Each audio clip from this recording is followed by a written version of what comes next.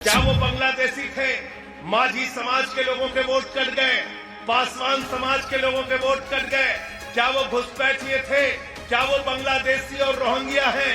और अगर 80 लाख घुसपैठिए बिहार के अंदर थे तो बताओ कहां है उनका डिटेंशन सेंटर? मैं अपनी आंखों से देखना चाहता हूं। बताओ किस डिटेंशन सेंटर में उनको रखा है? ये दिलीप पांडे गृह मंत्री है क्या? ये संजीव झा है क्या उत्तर प्रदेश के मुख्यमंत्री? तो बेईमानो 11 साल से तुम्हारी सरकार है। जितने बांग्लादेशी पाकिस्तानी थे उनको क्यों नहीं तुमने बताया अब तक? क्यों नहीं बताया? इंतजार कर रहे थे कि चुनाव आएगा तो देश का माहौल बिगाड़ेंगे, उत्तर प्रदेश का माहौल बिगाड़ेंगे। अब कह रहे हो डिटेंशन सेंटर में रखेंगे। तो क्या 3.5 करोड़ लोग उत्तर प्रदेश के जो लोग और वोट काटेंगे उनका आपके हिसाब से वो घुसपैठिए हैं, तो क्या आप उनको डिटेंशन सेंटर में रखोगे? क्या हमारा दलित डिटेंशन सेंटर में रहेगा? यादव डिटेंशन सेंटर में रहेगा? क्या उत्तर प्रदेश के पासी समाज के लोग डिटेंशन सेंटर में रहेंगे? क्या कुर्मी समाज के लोग डिटेंशन सेंटर में रहेंगे? मैं उत्तर प्रदेश की सरकार को चेतावनी देना चाहता हूं, योगी मोदी की डबल इंजन की सरकार को चेतावनी देना चाहता हूं। चल रहे हैं हमारी बहनें, माताएं, हमारे नौजवान, हमारे बुजुर्ग, उन सब के लिए एक बार जोरदार तालियां बजा दीजिए, उनका जोरदार अभिनंदन और स्वागत कीजिए। मुझसे लोग पूछ रहे थे कि ठंडी के इस महीने में 4-5 डिग्री टेम्परेचर हो जाता है रामपुर में, मुरादाबाद में, अमरोहा में। आपको कौन सी ऐसी गरज पड़ गई इस ठंड के महीने में आप निकल पड़े हैं? तो मैंने कहा सत्ता की गर्मी अगर उतारना है तो ठंडी के महीने में पैदल तो चलना पड़ेगा। और सत्ता की गर्मी किसके दिमाग पर चढ़ी हुई है? वो सत्ता की गर्मी चढ़ी हुई है नरेंद्र मोदी के दिमाग पे। वो सत्ता की गर्मी चढ़ी हुई है अमित शाह के दिमाग पे। वो सत्ता की गर्मी चढ़ी हुई है उत्तर प्रदेश के मुख्यमंत्री योगी आदित्यनाथ जी के दिमाग पे। साथियों और दोस्तों, 3.5 करोड़ वोट उत्तर प्रदेश में काटा जा रहा है। 25-26 तारीख को लिस्ट सामने आ जाएगी। दूध का दूध, पानी का पानी हो जाएगा। आज उत्तर प्रदेश में 3.5 करोड़ वोट काटने के बाद जरा आप मुझको बताओ, क्या चुनाव का कोई मतलब बचेगा क्या? चुनाव का कोई मतलब बचेगा क्या? चुनाव का कोई मतलब बचेगा? कोई मतलब नहीं बचेगा। मैं चिल्ला रहा था बिहार में, कह रहा था बार बार एसआईआर हुआ तो बीजेपी और जेडीयू जीतेगी, एसआईआर हुआ तो बीजेपी और जेडीयू जीतेगी, एनडीए जीतेगी। पहले ही ज्ञानेश कुमार ने सर्टिफिकेट मोदी जी के घर पे पहुंचा दिया है। मेरी बात कोई नहीं सुन रहा था। जिस दिन रिजल्ट आया सारे टीवी चैनल वाले मेरे पास पहुंच गए। आपने क्यों ये बात कही थी? मैंने कहा मैं जान रहा था फ्रॉड हो रहा है, भ्रष्टाचार हो रहा है। मैंने मीडिया वालों से कहा, मैंने कहा अब तक मैंने सुना था साइकिल चोर होते हैं, घड़ी चोर होते हैं, कार चोर होते हैं, बाइक चोर होते हैं, पर्स के चोर भी मैंने सुना था। लेकिन हिंदुस्तान में एक पार्टी ऐसी आ गई, भारतीय जनता पार्टी, जो वोट चोर पार्टी है, वोट चोर पार्टी। तो इससे हमें अपना वोट बचाना है। इसलिए इस ठंड के महीने में हम लोग निकले हैं, क्योंकि ये वोट की ताकत जो आपको मिली, ये किसी भारतीय जनता पार्टी के बलिदान से नहीं मिली, याद रखना। ये वोट की ताकत जो आपको मिली, ये किसी बीजेपी वाले के पुरखे के बलिदान से नहीं मिली। ये वोट की ताकत जो आपको मिली, ये वोट की ताकत मिली बाबा साहब डॉक्टर भीमराव अंबेडकर जी ने। देश के लिए जो संविधान लिखा, उसमें लिखा हिंदू का भी वोट एक होगा, मुसलमान का भी वोट एक होगा, सिख का भी वोट एक होगा, ईसाई का भी एक वोट होगा, दलित का भी एक वोट होगा, पिछड़े का भी एक वोट होगा, आदिवासी का भी एक वोट होगा, मजदूर का भी एक वोट होगा, किसान का भी एक वोट होगा, राष्ट्रपति का भी वोट एक होगा और चपरासी का भी वोट एक होगा। 2 वोट नहीं होगा। संजय भैया जिंदाबाद, संजय भैया जिंदाबाद। है कि नहीं है बताओ? देश का प्रधानमंत्री अगर आपके आगे झुकता है तो क्यों झुकता है? क्योंकि आपके पास देश उत्तर प्रदेश का मुख्यमंत्री अगर आपके आगे झुकता है तो क्यों झुकता है? क्योंकि आपके पास बड़े बड़े नेता, सांसद, विधायक, मंत्री आपके आगे झुकते हैं तो क्यों झुकते हैं? वोट की ताकत है। जिस दिन वोट की ताकत छीन लिया, किसी को भी किसी चौराहे पे खड़े होकर पीटो, किसी को भी जेल में कॉलर पकड़ के बंद कर दो, किसी को भी कोई अत्याचार और अन्याय करो, कोई आपको पूछने वाला नहीं है, क्योंकि आपके पास वोट की ताकत नहीं है। और वोट की ताकत खत्म हो गई तो आपका फ्री राशन खत्म। अगर वोट की ताकत खत्म हो गई तो आपका आयुष्मान कार्ड खत्म।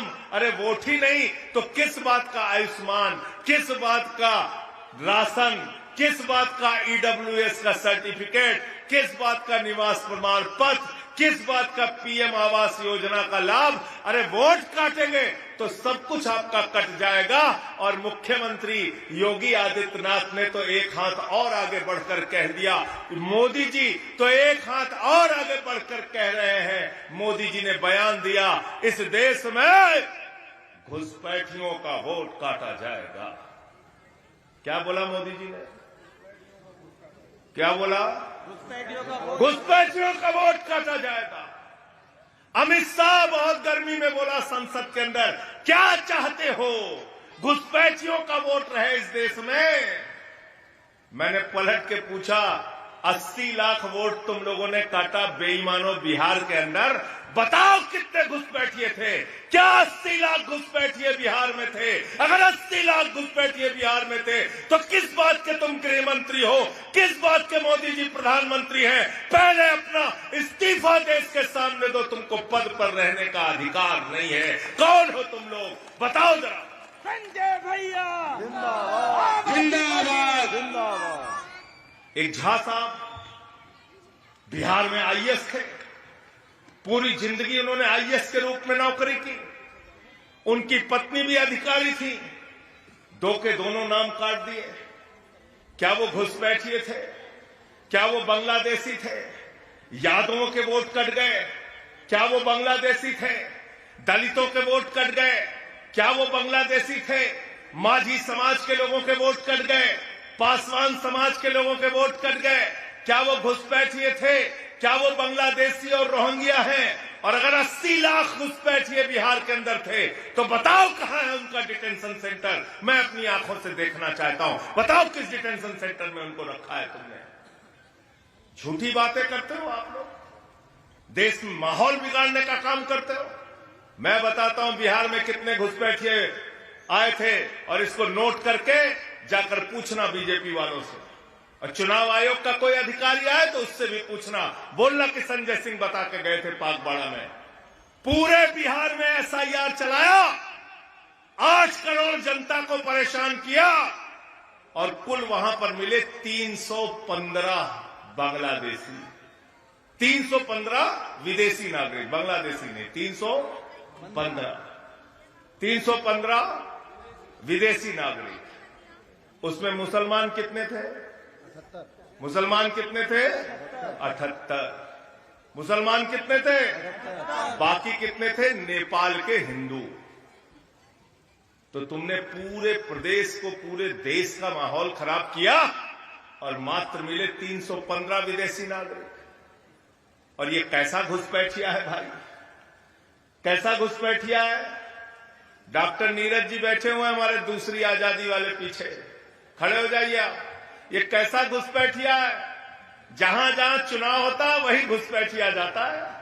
झारखंड में चुनाव था, बांग्लादेशी आ गए, बांग्लादेशी आ गए, बांग्लादेशी आ गए। दिल्ली में चुनाव हुआ, बांग्लादेशी आ गए, बांग्लादेशी आ गए, बांग्लादेशी आ गए। हरियाणा में चुनाव था, बांग्लादेशी आ गए, बांग्लादेशी आ गए, बांग्लादेशी आ गए। महाराष्ट्र में चुनाव था, बांग्लादेशी आ गए, बांग्लादेशी आ गए, बांग्लादेशी आ गए। बिहार में चुनाव है, बांग्लादेशी आ गए, बांग्लादेशी आ गए, बांग्लादेशी आ गए। उत्तर प्रदेश में चुनाव है, बांग्लादेशी आ गए, बांग्लादेशी आ गए।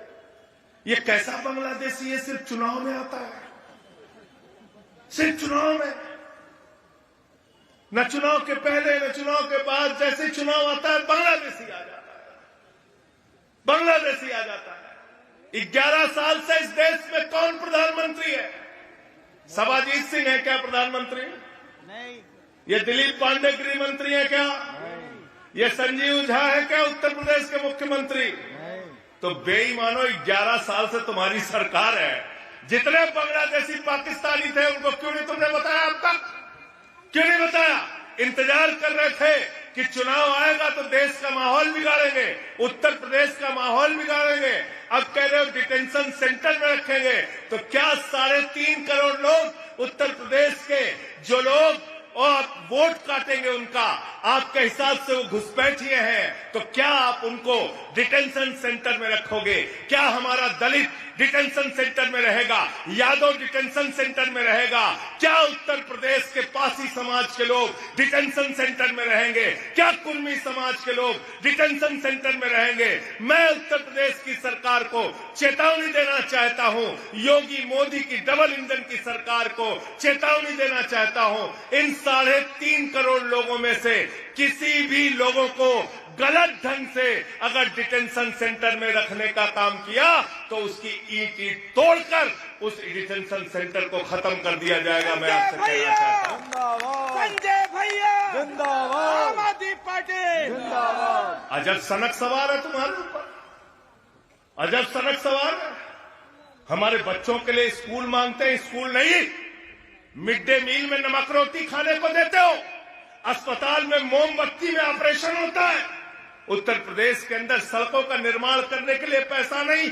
हमारा नौजवान रोजगार मांगता है, उसको लाठियों से पीटा जाता है। इलाहाबाद के अंदर, लखनऊ के अंदर, मेरठ के अंदर, गाजियाबाद के अंदर किसान खाद की बोरी मांगता है तो उसको मौत के घाट उतार दिया जाता है, उसको लाठियों से पीटा जाता है। आज किसान के लिए पैसा नहीं, नौजवान के लिए पैसा नहीं, मजदूर के लिए पैसा नहीं, लेकिन आप डिटेंशन सेंटर अपनी सड़क में बनाओगे। मैं कहना चाहता हूं बीजेपी वालों से, जितने बांग्लादेशी और पाकिस्तानी मिले उनको उनके देश वापस भेज देना। याकूब भाई गलत तो नहीं कर रहा? जी जी बिल्कुल सही कहा। फैसल भाई बिल्कुल सही कहा। किसी को रोकोगे तो नहीं ना? भाजपा वाले अपने घर में रख ले। किसी को रोकोगे नहीं ना? जो भी मिले उनको उनके इस सभा में प्रस्ताव में रख रहा हूं, आप लोग हाथ उठा के समर्थन करना। जो भी बांग्लादेशी, पाकिस्तानी, अफगानिस्तानी मिले उनको उनके देश वापस भेज दिया जाए। तैयार हो? तैयार हो सब लोग? तैयार हो ना? और अगर उनको रखना है तो हमारे खर्चे पर मत रखना, भाजपा वाले अपने अपने घर में रखना। गलत तो नहीं कह रहा हूं। हमारे पैसे से हमारे बच्चों के लिए स्कूल बनाओ, हमको रोजगार दो, हमारे लिए फैक्ट्री बनाओ, हमारे लिए नौकरी दो। जो पाकिस्तानी, बांग्लादेशी, अफगानिस्तानी मिले उसको उसके देश वापस भेज दो। गलत तो नहीं कह रहा हूं, समस्या का समाधान हो जाएगा। लेकिन ये झगड़े लड़ाई कराना चाहते हैं, झगड़े लड़ाई करना चाहते हैं। अभी महात्मा गांधी जी का नाम बदल गया। हमसे पत्रकारों ने पूछा क्यों नाम बदल दिया? मैंने कहा गोडसेवादी लोगों को गांधी का नाम पसंद नहीं है, राष्ट्रपिता महात्मा गांधी से डरते हैं। आज वो लोग भी जिन्होंने उनकी हत्या की थी, जिनके पुरखों ने उनकी हत्या की थी, अरे गांधी का अस्तित्व तुम खत्म नहीं कर सकते। गांधी की प्रतिमा दुनिया के 80 देशों में लगी हुई है और 20 देशों के प्रतिनिधि हिंदुस्तान में G20 के सम्मेलन में आए थे। भारत के प्रधानमंत्री राजघाट पर लेकर उनको गए। उन तमाम देशों के राष्ट्राध्यक्षों को सर झुकाना पड़ा। कहां? गांधी की प्रतिमा, गांधी की समाधि के आगे। यह है गांधी की ताकत, यह गांधी की ताकत। तो इसलिए मैं आप सबसे कहने के लिए आया हूं, डरने की जरूरत नहीं है, भयभीत होने की जरूरत नहीं है। मैं आपको एक ही चीज का यकीन दिला सकता हूं, पैसा रुपया तो हमारे पास है नहीं, लेकिन एक बात के लिए आपको भरोसा दिला सकता हूं, आपकी लड़ाई में, आपके संघर्ष में आपके साथ कंधे से कंधा मिलाकर आपके भाई की तरह, आपके बच्चे की तरह, आपके दोस्त की तरह। संजय भैया आम आदमी पार्टी जिंदाबाद। और ये डराने का काम बंद होना चाहिए। ये दलितों को डराने का काम, ये पिछड़ों को डराने का काम, ये मुसलमानों को डराने का काम मैं मोदी और योगी जी से कहना चाहता हूं, इस तरह से डराने का काम मत करो। मुसलमान अगर डरता है तो सिर्फ अल्लाह से डरता है, ऊपर वाले से डरता है। ये डराने का काम मत करना। डराने का काम मत करो, ये बांटने का काम मत करो। मंदिर मस्जिद गुरुद्वारे में बांट दिया भगवान को, धरती बांटी अंबर बांटा, मत बांटो इंसान को। इंसान को मत बांटो। बहुत अफसोस होता है। कल एक तस्वीर देखी मैंने, एक वीडियो देखा। जबलपुर में भारतीय जनता पार्टी की महिला नेता, एक नेत्रहीन महिला जो क्रिसमस का त्योहार मना रही थी, उसको गालियां दे रही, उसको धक्का दे रही, उसको मार दे रही। कैसा समाज हम बनाना चाहते हैं? कितनी नफरत हमारे दिलों में भरी है। एक तस्वीर देखी, एक फादर है, वो क्रिसमस के त्योहार से पहले कुछ उपदेश दे रहे हैं। वहां पे एक अपने आप को तथाकथित हिंदुत्ववादी नेता कहने वाला व्यक्ति पहुंचा और प्रभु यीशु के बारे में ऊटपटांग बोल रहा। अब क्या सोचते हो, इन चीजों से भारत की छवि दुनिया में बहुत अच्छी बन जाती है? इन बातों से आपका बड़ा सम्मान दुनिया में बढ़ जाता है। दिल्ली के अंदर मैंने देखा, वहां की एक पार्षद एक अफ्रीकन नागरिक को गालियां देके कुछ ऊटपटांग बोल रही है। सांता क्लॉज को रोक के धक्के दिए जा रहे हैं। ये इतनी नफरत लेकर आप हिंदुस्तान को बनाना चाहते हैं? याद रखना मेरी बात को, पाक बाड़ा के लोगों, नफरत की बुनियाद पे मोहल्ला नहीं बन सकता, घर नहीं बन सकता, गांव नहीं बन सकता। देश और राज्य तो बहुत बड़ी चीज है। हम मोहब्बत की बुनियाद पे हिंदुस्तान को बनाना चाहते हैं। मोहब्बत की बुनियाद पे हम इसको, देश को आगे लेके जाना चाहते हैं। मैं सिर्फ आपसे हाथ जोड़कर एक ही बात कहना चाहता हूं, आप लोग आम आदमी पार्टी के साथ जुड़िए और अपने हक को, वोट के हक को, संविधान के हक को बचाने की इस लड़ाई को हम लोग आगे भी लेके चलेंगे। ये दूसरे चरण की यात्रा 26 तारीख को अमरोहा में खत्म हो रही है। इसके बाद उत्तर प्रदेश में ये यात्राएं 8 चरणों में होंगी। तो आने वाली भी लड़ाई में आपको साथ रहना है। बहुत बहुत शुक्रिया, बहुत बहुत धन्यवाद। इंकलाब, इंकलाब, आम आदमी पार्टी, आम आदमी पार्टी।